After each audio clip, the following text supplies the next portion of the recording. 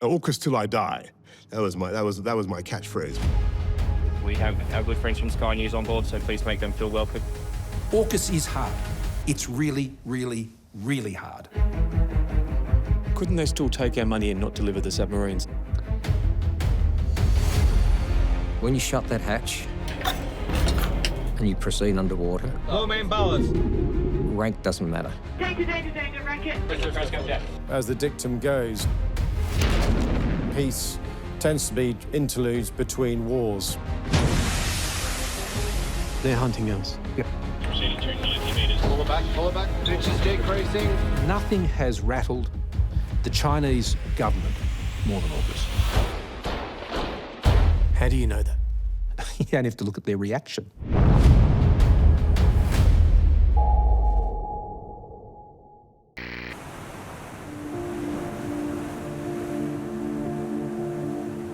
It's been just over 3 years since the AUKUS Security Pact was established, with a bold vision to acquire a fleet of nuclear-powered attack submarines needed to strengthen Australia's defence force.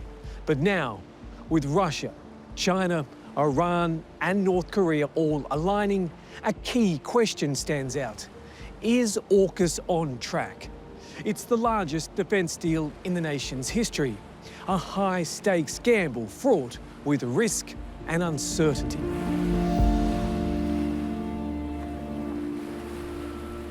Mr. Johnson, thank you for your time. Great pleasure to be here. Thank you. Please. Describe to me, how dangerous a world are we now living in? The world has become appreciably more dangerous in the last 10 years or so. Whether it's the North Koreans and the Iranians backing the Russians in Ukraine to attack a democracy, or the Iranians supporting Hamas to attack Israel. Around the world, you're seeing a division. We are really in what is universally seen as being the most complex strategic landscape that Australia has faced since the end of the Second World War. Do you think we're in an arms race to World War III? Yes. Yes? Yes, I do. We've now got 4 nations, 4 dictatorships, authoritarian regimes, who have worked together now in ways that we never thought possible. And they have one enemy, and that is democracy, and that includes Australia. Russia, Iran, North Korea and China.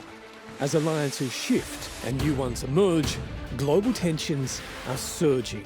You know, that requires a different type of thinking. It requires a realism if we're to deter significant conflict, which is what our objective is. As the Romans said, si vis pacem para bellum. If you want peace, prepare your military defences. And that's what we're doing.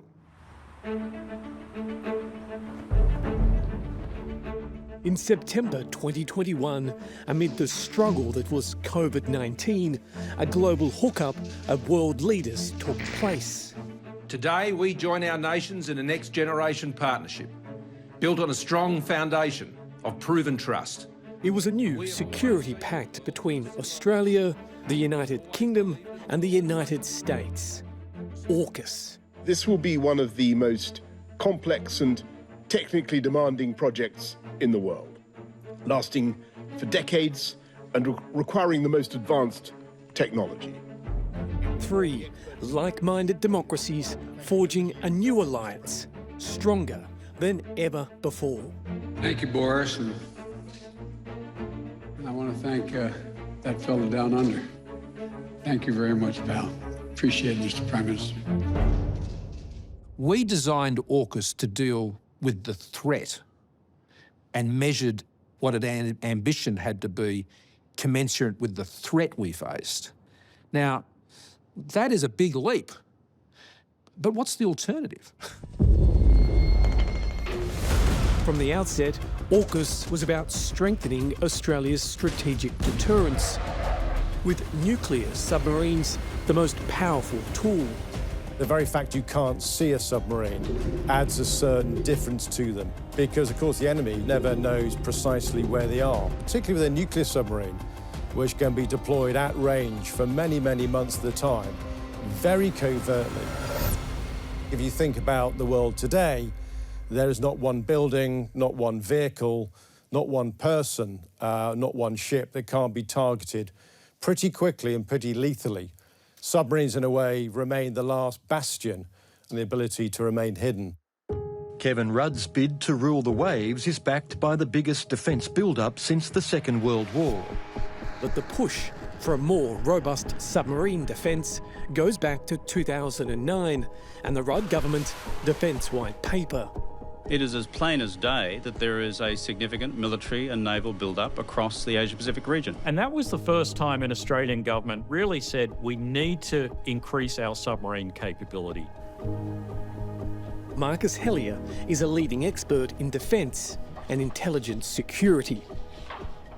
And every subsequent Australian government has essentially stuck with that vision of having an improved, more potent submarine capability. But over that period of time, the answer, the solution, has changed many times. It's the biggest Australian government contract in history. In 2016, Malcolm Turnbull awarded France a deal to supply 12 diesel-powered attack submarines. This is securing the future of Australia's Navy. We went down that pathway for 4 or 5 years until Prime Minister Morrison decided that the answer was not conventional submarines at all, but nuclear submarines. So we dumped the attack class plan. Now, the reason for it was very clear. I mean, the strategic circumstances had changed, even in such a short time. My concern was that contract was drifting in its performance. Then Prime Minister Scott Morrison received internal advice. The French sub-deal was problematic. But for the French, the program was proceeding as planned. I was assured, including by President Macron, that things would be fine and they'd be on track. But for the top brass of the Australian Navy, Boris Johnson says it wasn't only about delays, it was also about the French technology. Australian admirals came to our admirals and said, look, I mean, these things are going to be too noisy, they're diesel-powered gizmos, and we think they're going to be obsolete, and plus they're not being delivered on time. Can you help us with some nuclear propulsion units, because you've got them? I was quickly forming the view that we were going to have very expensive boats that would be obsolete before they even got wet, and in an environment which was rapidly changing. And really, the only serious option in that situation was frankly to go the moonshot. That moonshot was AUKUS. Do you remember the first time you spoke to Prime Minister Boris Johnson or US President Biden and had the confidential discussions about this and what response you received? I do. I spoke to Boris after I'd taken it through the NSC and our National Security Committee and had fulsome, unanimous support, and put it to Boris on a call. But, you know, he was in at hello with this. No, AUKUS till I die. That was my catchphrase. And when Scotty and I were talking about it in the early days, we had to keep it a bit under wraps.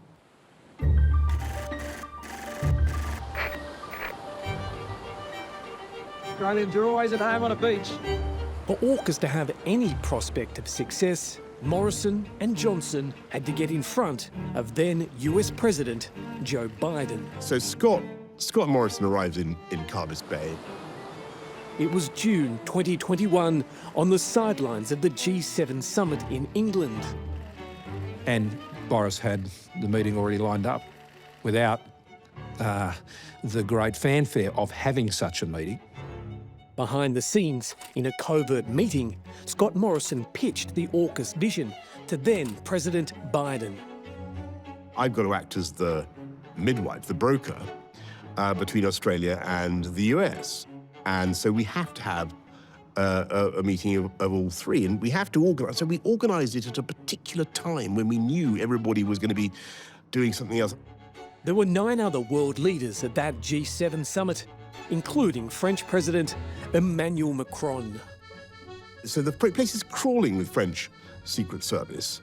Everybody, watching everybody's moves. And at this stage... You're armed with a secret.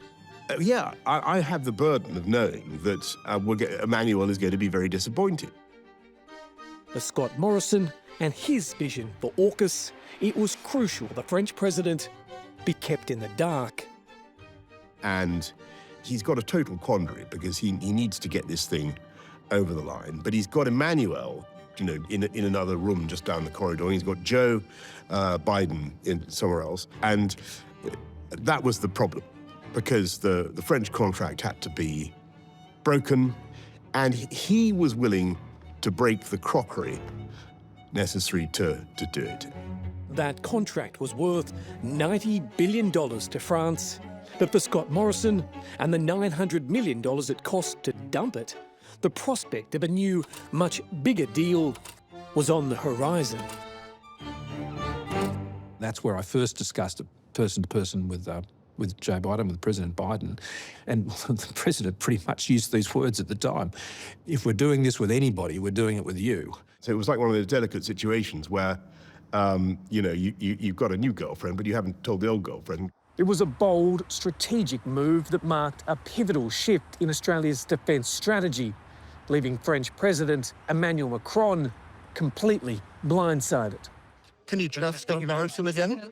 Can you trust Scott Morrison again? We discussed. I do respect. Can you trust him, though? I mean, we will see what he will deliver.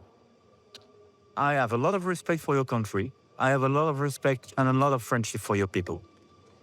I just say when we have respect, you have to be true and you have to behave in line and consistently with this value. Do you think he lied to you? I don't think. I know.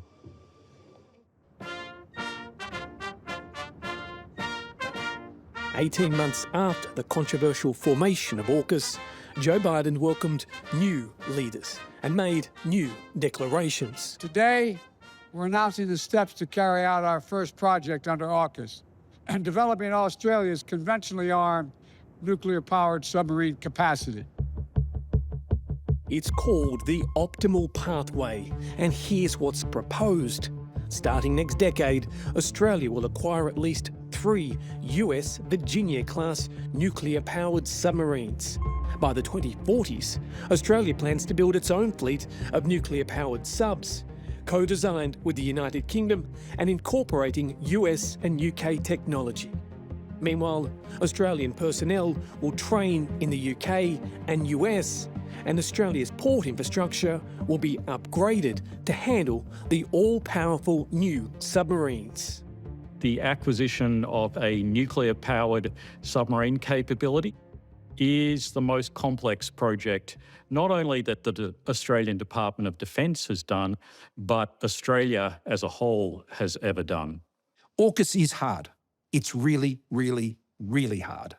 And it's uncomfortable for the bureaucracy. It's uncomfortable. I don't mean that as a criticism. AUKUS was intended to disrupt how they do things. AUKUS is intended to disrupt even how you do procurement. It's how you do training, how you do recruitment, where you base, how you build, how you think, how you interoperate. It's intended to disrupt all of this because it needed disrupting, because the threat was here and our capability was going to be here. Today, a new chapter in the relationship between our As Australia's biggest ever project comes to life, it's worth reflecting on our troubled history with submarine acquisitions and examining the current state of our defensive capability. When we look at the optimal pathway, we're still around about nearly 10 years from having the first new submarine. And so that will be, around 25 years from that initial statement in 2009 before we get any more submarine capability at all. How many decades did we lose? Look, I think we did lose a decade there, but there was definitely many lost years there at a time when we could least afford it. As we wait for the new subs under AUKUS, the Collins-class submarine must continue to fill the strategic shortfall. It's a tall order for a diesel-powered fleet that's been in service since 1996. We will continue to spend billions to extend the life of Collins. That's what we need to do. More than any other capability that we operate, it is the one which gives any adversary pause for thought. It is the one which projects our nation the furthest. It is utterly, utterly essential that we maintain this capability going forward.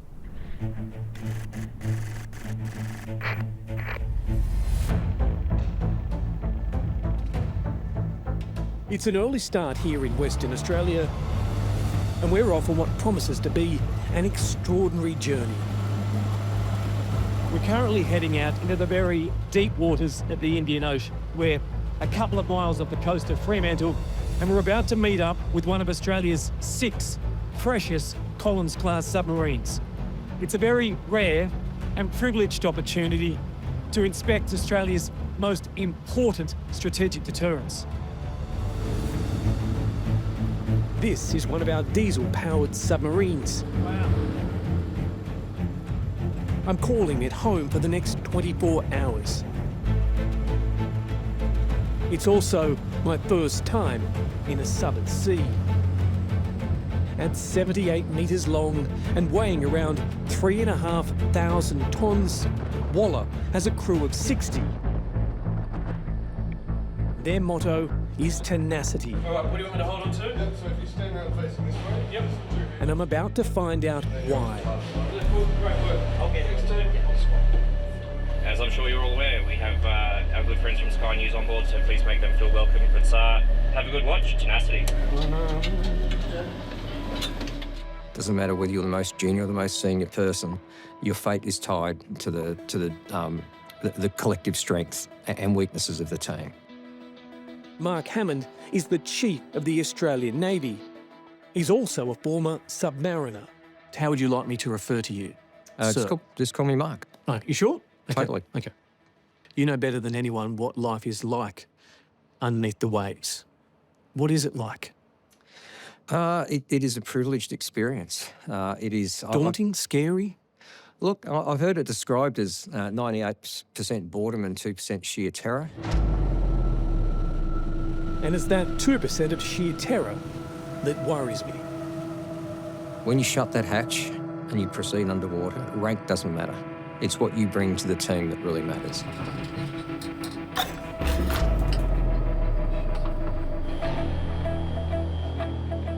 And on my brief trip, there's not much I can bring to the team other than an appetite. Wow. G'day. This is lunch? Yeah, we've got roast pork, chicken palmy, steak sangers, all the salads out the front. This isn't lunch, this is a banquet. With creature comforts scarce and families a distant memory. That's a palmy. Come on, get into it. Get into it. Sub-tucker can't be subpar. How many meals a day?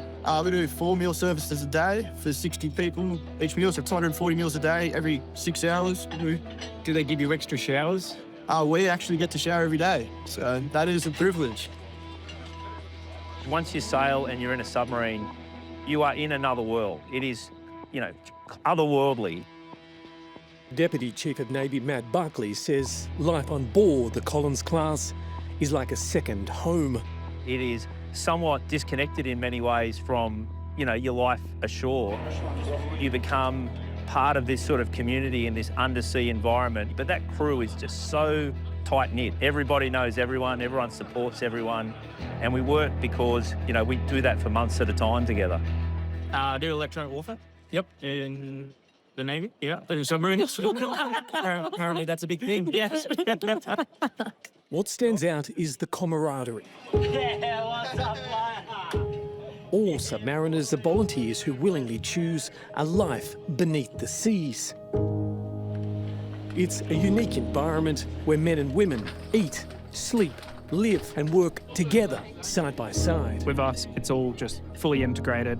Females, males, in the same messes, in the same cabins. It's all equal, totally integrated, and everyone works. What's the advantage? I think, honestly, it feels so equal. I think we bond. Yeah, everyone's so together as well. Yeah. Yeah. You know, it's like having brothers and uncles on here. Yeah, I love it.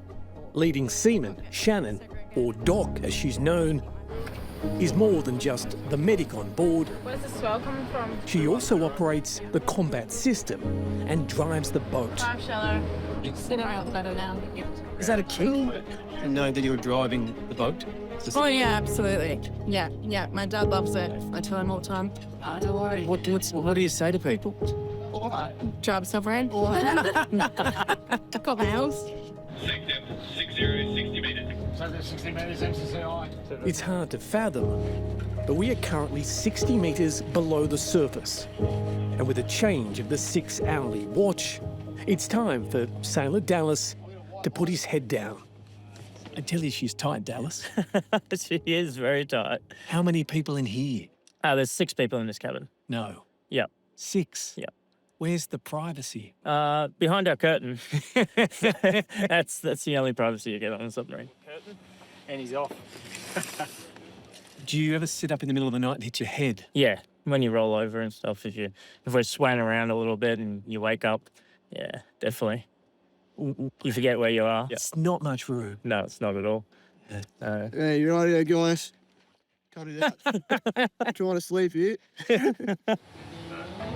And my bed for the night in the torpedo bay. And as I found, all who serve on our Collins-class subs are justifiably proud of what they do. You quieter than a nuclear sub? Yeah.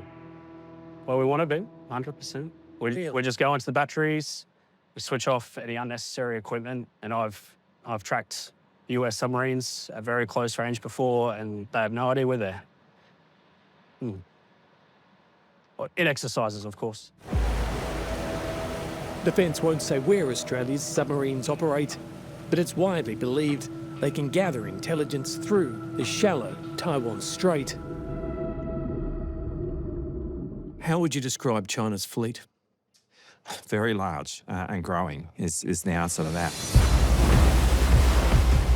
Provocative, dangerous? Well, we're seeing the biggest conventional military build-up since the end of the Second World War. I mean, that's the way you would describe the military build-up of China. You're in, I suppose, a political and diplomatic jam because everyone knows we're responding to China's build-up, but you can't say that explicitly. I think what we're doing is responding to a global strategic landscape which is fragile and which is complex and difficult. The Chinese military build-up is definitely a component of that, and where we get to in our thinking is that in a more uncertain world, we need to have much greater Australian capability. Basically, we need to be able to have a much more capable defence force, and that's ultimately what we are pursuing.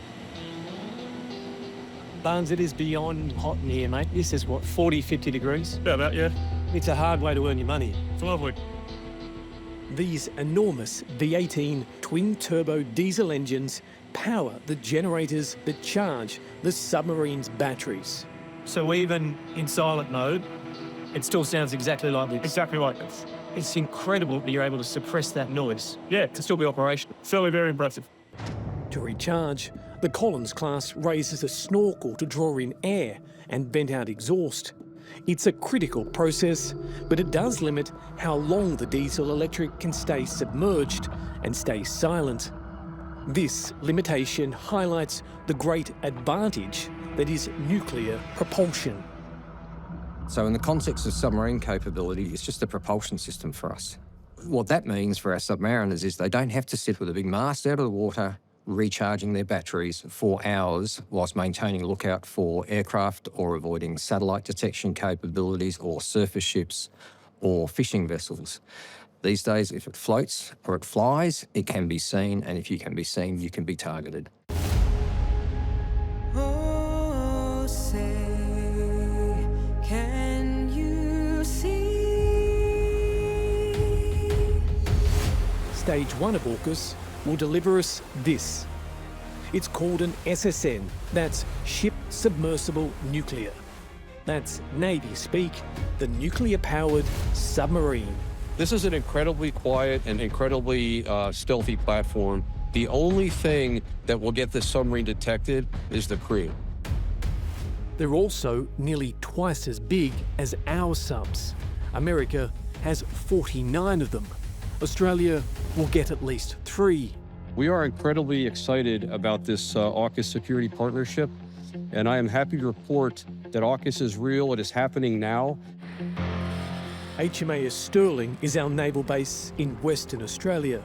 It will soon become a second home for American and British nuclear-powered and nuclear-armed subs.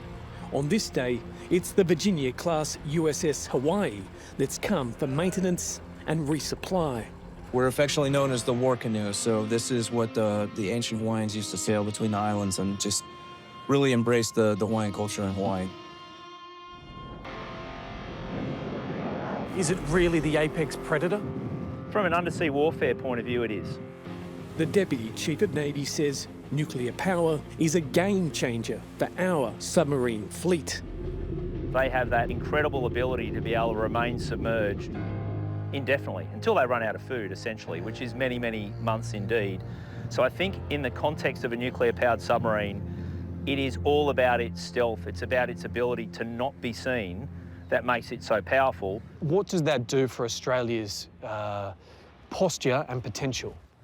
So nuclear-powered submarines are all about achieving a deterrence effect.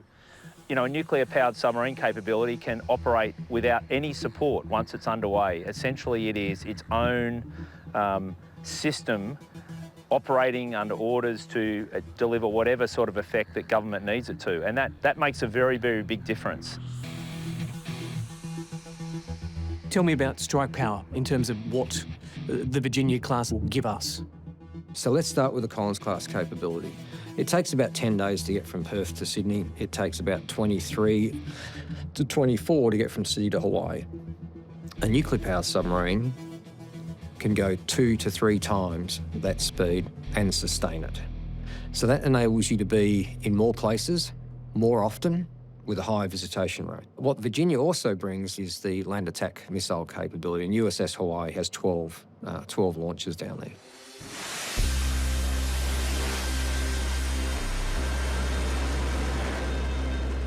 The potency and the capability of a Virginia-class submarine are truly extraordinary.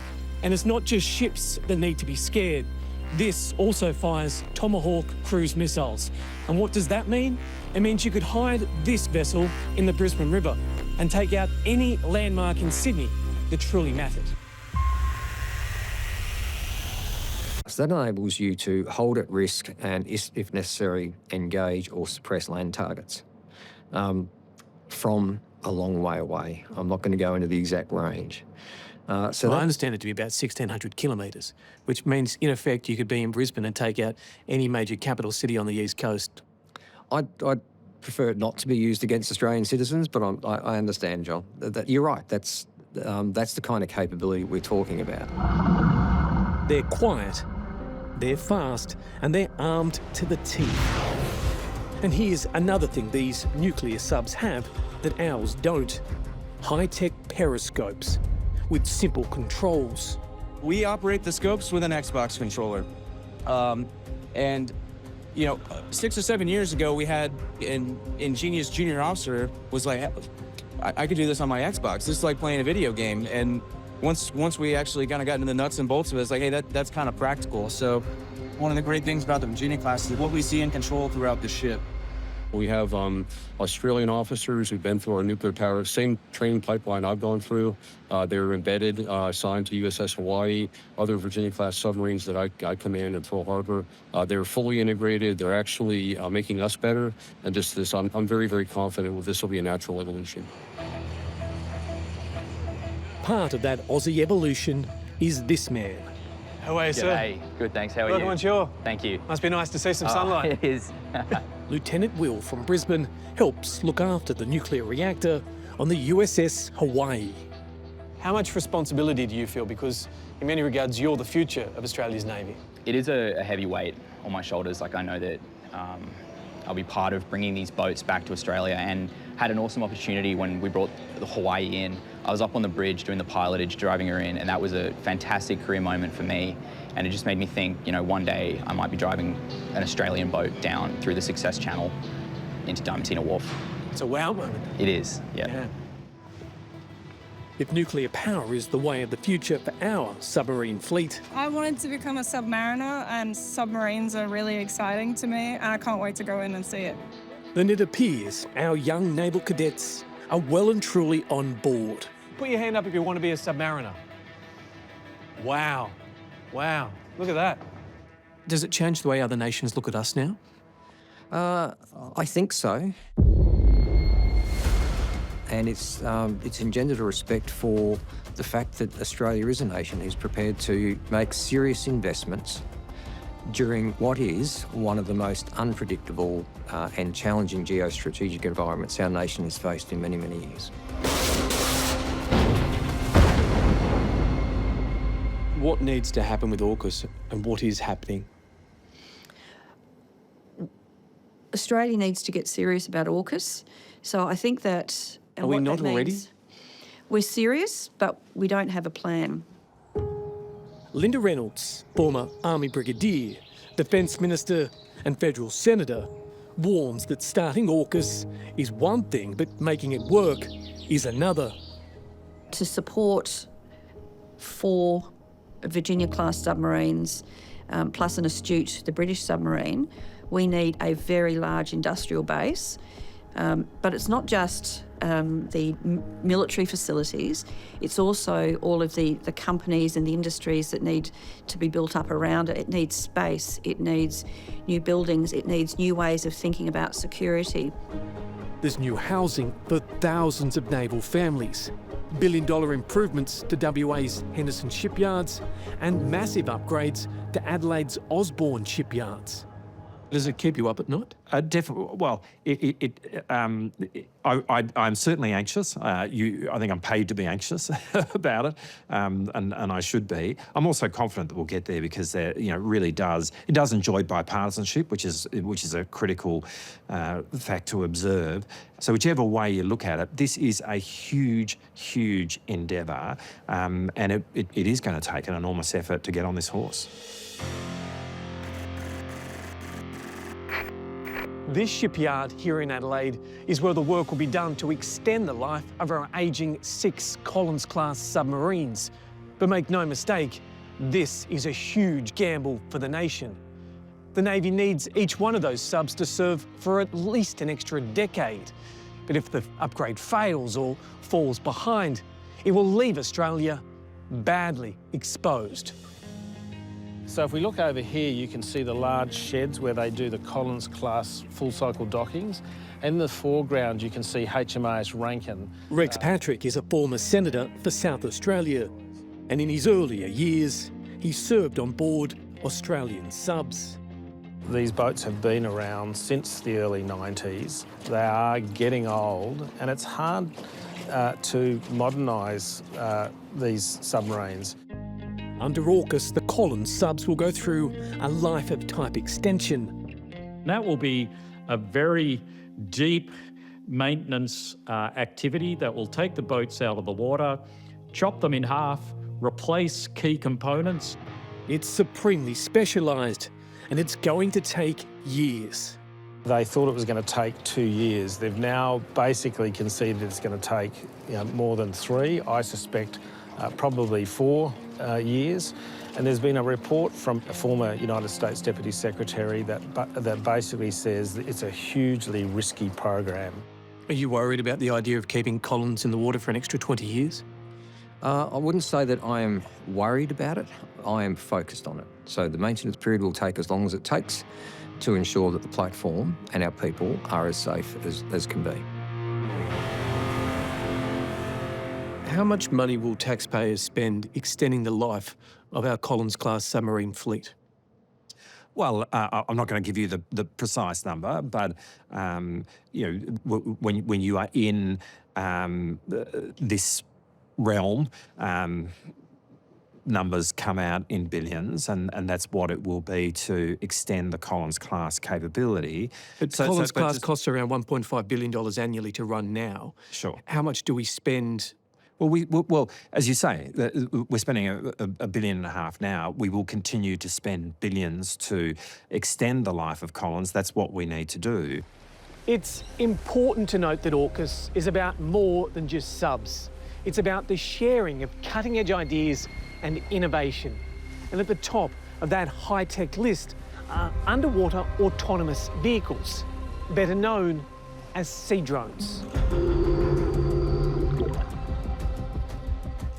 So we're coming to an era where tech will really, really define who comes out on top in a way that we haven't seen before. Vice Admiral Jerry Kidd is the former fleet commander of the UK's Royal Navy. There is no doubt in my mind that operating at sea in the future will be much more lethal. The risk appetites are going to have to be much greater. And of course, Western appetite to lose people and to have a body count is getting less in my mind. And therefore, the attraction of unmanned systems, both above, on the water and below the water, of course, is obvious.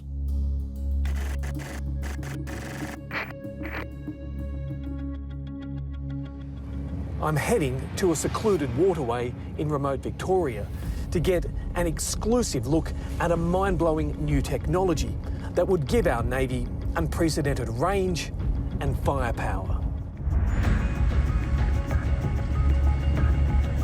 It's called Speartooth.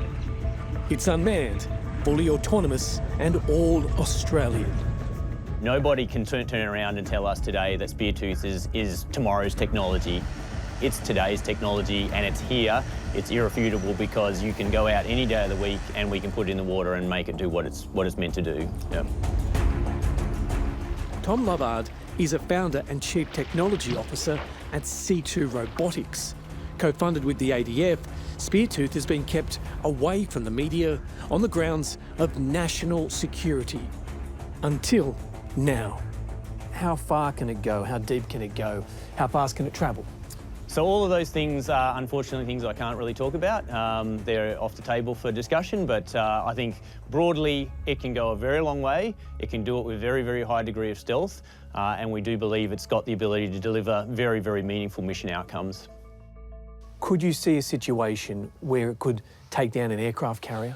Certainly from a stealth point of view, it has the ability to move with a very, very high degree of, of stealth. And be quite hard to detect. Speartooth is truly state-of-the-art. Electric propulsion makes it silent. Sonar mapping allows it to track enemy subs. Its payload bay can be loaded with weapons, and it has the potential to travel long distances. And swarms of these unmanned drones can operate in unison. The way that coordinated autonomous systems could potentially work together, then compounds and increases the lethality and the effects that you can achieve. Later this year, the underwater drone will be deemed mission ready, opening it up to sales and deployment. At around $250,000 each, Speartooth costs a tiny fraction of a multi-billion-dollar nuclear submarine. From an engineering perspective, it's a beautiful piece of engineering. Our team has done an incredible job. It's incredibly satisfying to see it come to fruition, to see it doing what it's really meant to do. It's about putting better kit, better technologies, better capabilities in the hands of our warfighters. John Healey is the UK's Defence Secretary. We can see today, not in the future, the rapid development of technology, the rapid change of warfare. If we break down the barriers to exchange the information and the ideas, then clearly we're going to sharpen the edge that as Western nations committed to the international order and peace and security around the world. There's another side of me that is a little bit terrified as well, that, the implications of what this system means for, defence technology, where the capabilities of you know, what's possible in the world. This feels to me like what the machine gun was to World War I. It's a game changer. I do believe that is the case, yep. The extraordinary advances in drone warfare brings into sharp focus our investment in the AUKUS deal. Will see drones make our nuclear-powered subs redundant? Do you fear that nuclear submarines could be outdated by technology with underwater drones and see them become mass targets? No, I don't. I actually see them as being motherships for underwater, undersea, autonomous systems. The future Navy fleet, the future fleets of the world will be hybrid fleets with crewed and uncrewed systems. But there isn't anything out there that's going to replicate, replace the SSN capability that we are acquiring now. And partnering that future capability with autonomous systems will make it even more survivable and more effective in the future. Countries that really sit on the edge of the tech edge, I think they're the countries that are going to succeed and win the next war. You say the next war, Vice Admiral. Is there a sense of inevitability about it? As the dictum goes, peace tends to be interludes between wars. As we know, Australia, the UK and the USA share plenty in common, fighting side by side in times of war, shared beliefs and democratic values. But when it comes to AUKUS, the devil is in the detail. And it seems when it comes to getting our nuclear-powered subs, that deal is anything but watertight. Well, right now we're in a situation where in 2035, the US president has to certify that there will be no adverse effect on US national security or foreign policy if they were to give us a submarine. Now that gives a pretty broad capability for the president simply to say no. It's called the president's veto, and it basically means that we could end up with nothing. It's accurate to say that there are tripwires within this which enable the United States or the United Kingdom to pull out of AUKUS at their own discretion and not reimburse Australian taxpayers. That's accurate to say. It is right to say that the journey going forward is going to require the enduring commitment of the three countries. That's true. It's a leap of faith, though, isn't it? I wouldn't really describe it as a leap of faith. I mean, it does require the enduring commitment. That's right. And I understand how we're being asked this question a lot. I think it's natural that we would be asked this question. But I guess what I would point to is we've been in alliance with the United States since the 1950s and in practice a long time prior to that. In terms of our relationship with the United Kingdom, it's the oldest relationship that we have. And in that period of time, we've always seen the UK as a country with whom we have the greatest friendship, with whom we have shared values. So I do have faith. Over the next 10 years, Australia will invest over 4.5 billion Aussie dollars in the UK's production of nuclear reactors for AUKUS submarines. If you don't mind me quoting from your book, you say, their admirals had privately talked to our admirals. Could we perhaps collaborate? Britain would soon need a new submarine as well. Could Britain and Australia find a way to work to build the next generation of submarines together? That's exactly what is now happening. Now, Was that the quid pro quo? I think that we saw an opportunity to work together on building the next generation of nuclear submarines. And so to be fair, did Australia.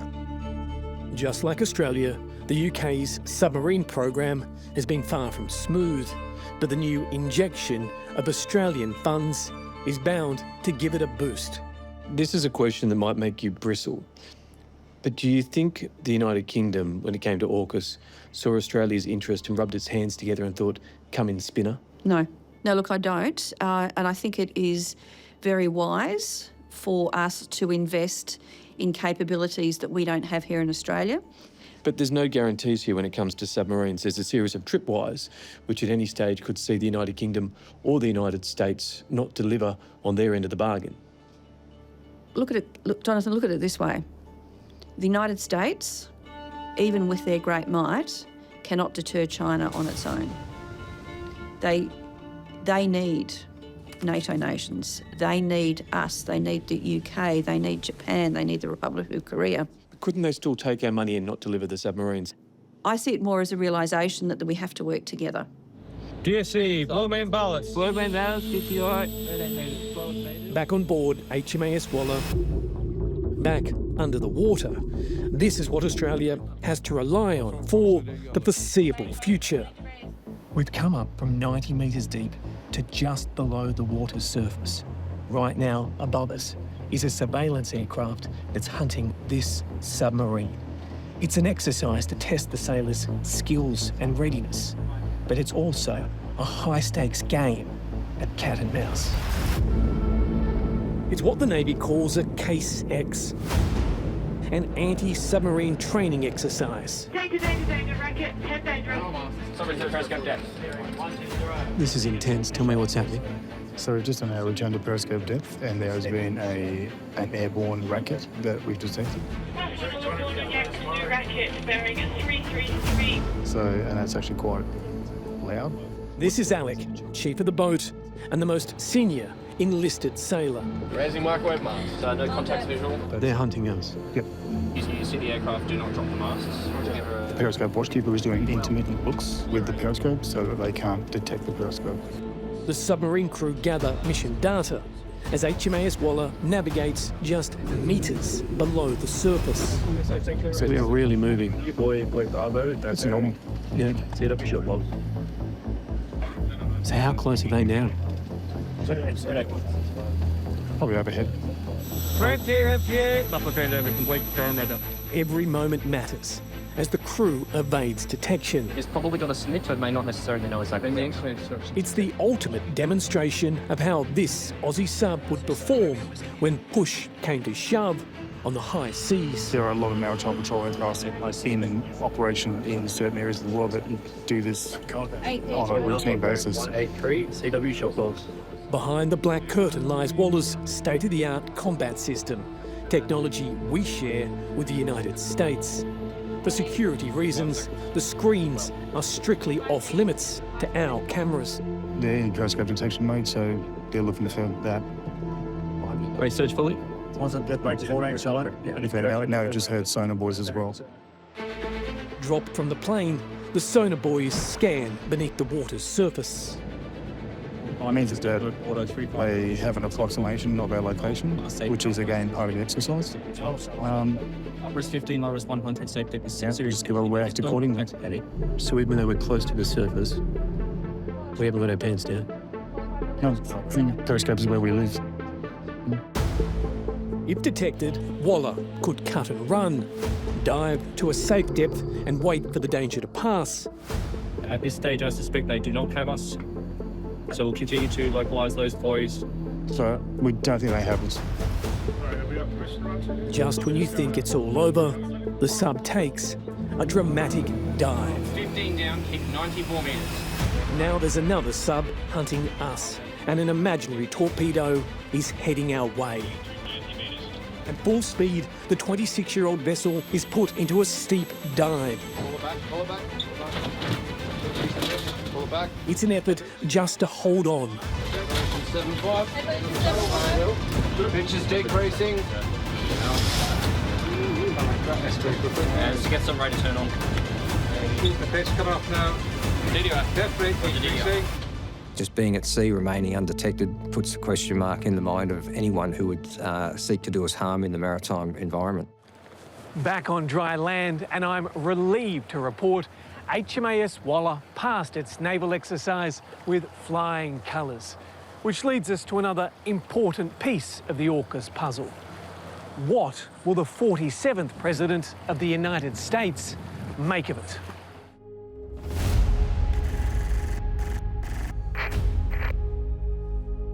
Please raise your right hand and repeat after me. I, Donald John Trump, do solemnly swear. I, Donald John Trump, do solemnly swear. President Trump is renowned, famous for being prickly and talking about America first. What do you think his view is on AUKUS? Will he stand in the way? I don't harbour any fears about that. Because AUKUS, what I know about President Trump is this, is he wants a good deal, always, and he doesn't like passengers in a deal, and he doesn't like partners who take the US's involvement for granted. Now, Australia can be accused of none of those things. And Mr. Prime Minister, I want to thank you for your commitment to fair trade policies that bring vast benefits and jobs to both of our countries, because that's what's happened, both of our countries. What Trump really cares about is the idea that America is endlessly going to be paying for everybody else, paying for the security of the Europeans, paying for the security of Saudi Arabia, paying for the security of Israel, paying for all this stuff, and paying, as Donald Trump sees it, too much, and while others don't share the burden. From this moment on, America's decline is over. So we are all going to have to step up and spend more. If we want American commitment, we're all going to have to spend more. Scott Morrison, Boris Johnson and Joe Biden are considered the original three amigos of AUKUS. In fact, the subs deal began to take shape in 2019. That was still the Trump administration at the time, which is important because it was the Trump administration that had been with us in calling out what was happening in the Indo-Pacific. That is what spawned the need to change. So this was under President Trump, not under President Biden? Yeah, that's when it all began. And those highly confidential talks between Washington and Canberra continued. And we're able to work through the fundamental question was, do you believe we could do this? And would you be confident in providing us with access to this technology, which, remember, they had not done since the late 50s and only with one country in a very different set of circumstances. The Crown Jewels? Yeah, plenty others had asked, including from Australia before, and the answer was no. Thank you very, very much. True to form, President Trump is so far putting America first when it comes to defence. Our armed forces will be freed to focus on their sole mission, defeating America's enemies. I haven't ever heard him attack the AUKUS deal. I think if he did think there was a problem with it, he surely would have done. I think that Australia's going to be paying for the Virginia-class submarines. I'm sure he sees the strategic advantage of working together with the UK and Australia. And Washington has already seen the colour of our money. The cheque did clear. It did clear. I want to know, but we're really pleased to make it in the first week of your tenure.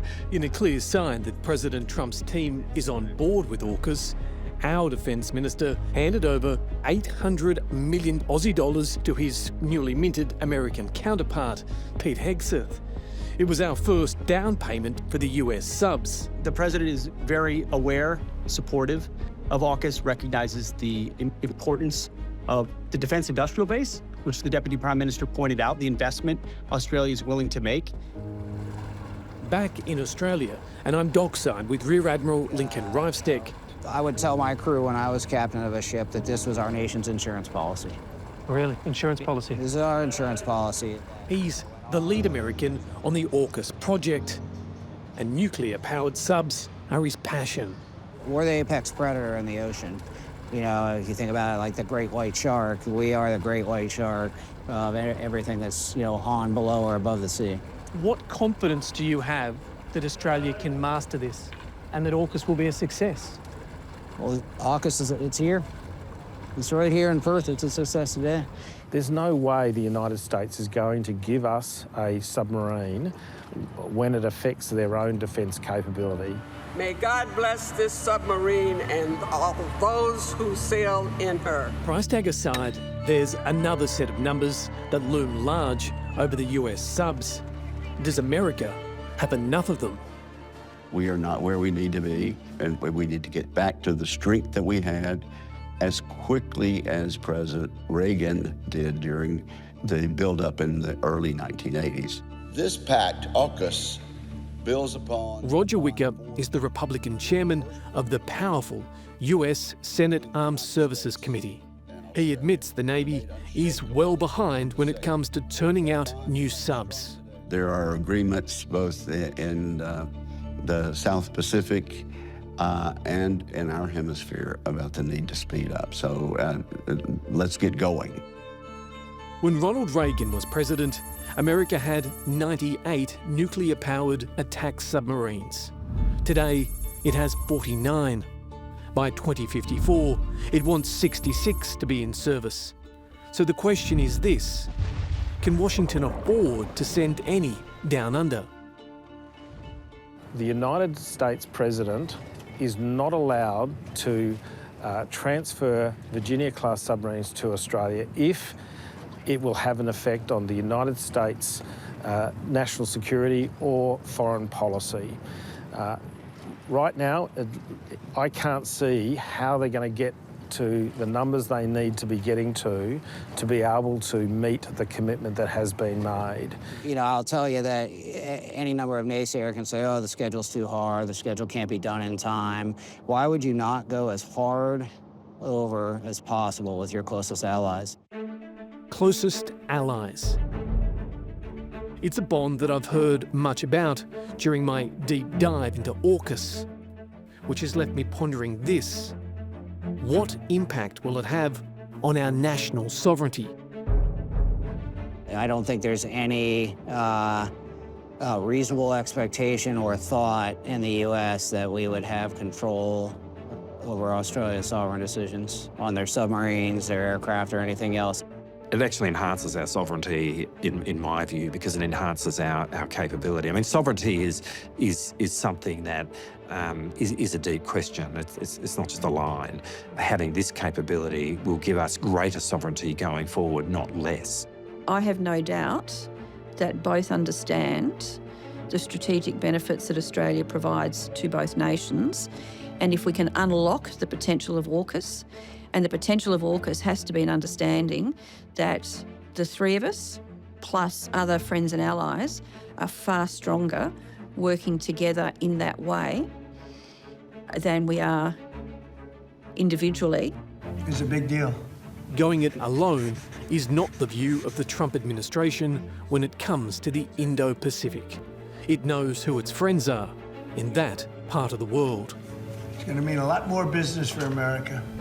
This is not a mission in the Indo-Pacific that America can undertake by itself. It has to be robust allies and partners.